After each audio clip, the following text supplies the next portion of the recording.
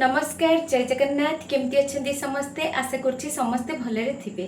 ये जो पाग होती खाली इच्छा होची किसी नमकीन किसी क्रिस्पी जिनस खायापी भाविली कुरकुरा खाया भारी इच्छा होची कहली टे मोल कुरकुरा आनी तो कहीं राजी हेलेनी भाविली जाऊँगी बड़का भात में कुरकुरा बनैबी बड़का भात भी कुरकुरा बना जाई पारिबो भाविली जाऊँगी कहीं न शुणु निजे बनैबी हैंडमेड कुरकुरा खाइबी समस्त खुआबी चलतु जी बड़का भात में मुझे हैंडमेड कुरकुरा बनाऊँगी देखा चलतु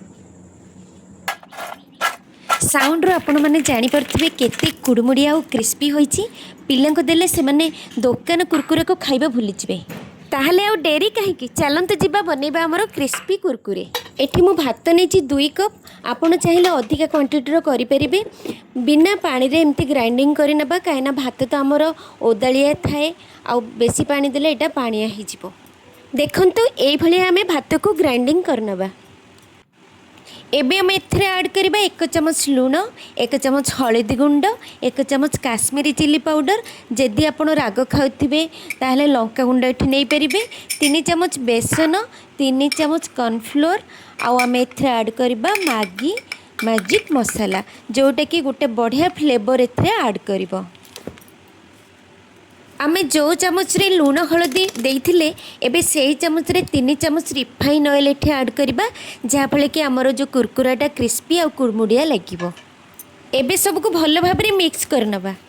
चकड़ला बेले जदि एटा पानिया लागुथिबो ताहले आमे एथरे आउ 2 चमच कॉर्नफ्लोर ऐड भी करि परिबा।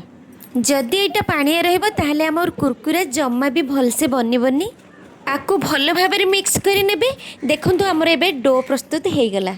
एबे देखंतु मु बिना छांचरे केमिति कुरकुरा सब प्रस्तुत करने एमती छोट छोट पार्ट नेबे हाथ रे एमती रोल करिवे आंगुठी हेड को नेइकिरी रोल बनाइबे आंगुठी हेड को नेइकिरी बनाइले हमर कुरकुरा बंका डंका होइकी बनिबो हमर पूरा प्लेन बनैबार ही नाही बंका डंका बनैबार अछि। एमती भाबरे सब गुडा को आमे बनाइ नबा बिना छांचरे देखंतु केते सुंदर भाबरे बनि जाउची हाथ रे जमा भी चिपकुनी जेहेतु आमे ऑयल देचे तेणु एसबू बढ़िया से बनि जाउची। देखंतु केते तेढ़ा मेढ़ा होकर बनुची ठीक एई भली आमे सबको बनई नबा। आमर सब कुरकुरा एबे रेडी हो गलानी छाणिया पे देखंतु केते सुंदर और परफेक्ट लागुची। वर्तमान ए सब को छाणिबा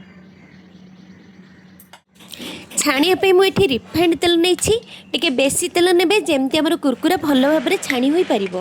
तेल गरम हेले कि नहीं एमती गोटे छोट पार्ट आमे नेबा तेल रे पकाई कि देखिबा। देखंतु हमर तेल रेडी होई गलानी फ्लेम को मीडियम रु हाई रखिबे तेल भल भाबरे गरम नहेले कुरकुरा हमर ठीक से बनिबोनी क्रिस्पी लागिबोनी। तेल रे आमे एबे सब कुरकुरा को पकाई कि एमती छाणिबा छाणला बेले संगे संगे उल्टेइबेनी जेहेतु एटा भांगी जिवो राइस रे हिची 2 मिनट पर छाड़ीदे तापर आम एबे एपट सेपट कर सबको छाणी नबा 5 ରୁ 7 मिनट आम एमती एपट सेपट कर छाणी नबा भल भाव में छाणी नहेले कुरकुरा आमर क्रिस्पी लगिबनी।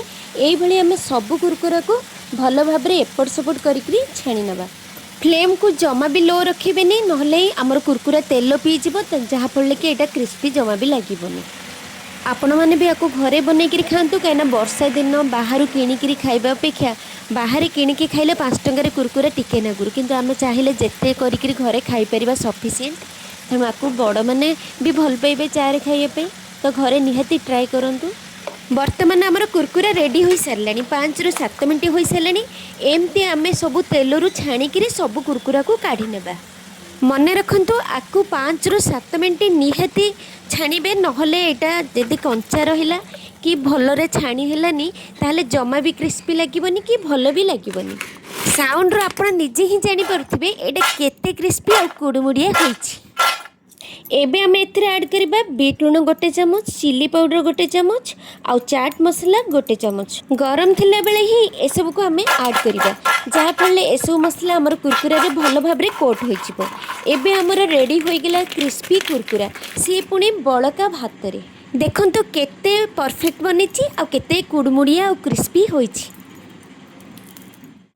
बहुत सुंदर तो लागुछि देखा को टेस्ट करके एटा केमिति बनिछि पूरा क्रिस्पी और टेस्टी होइछि।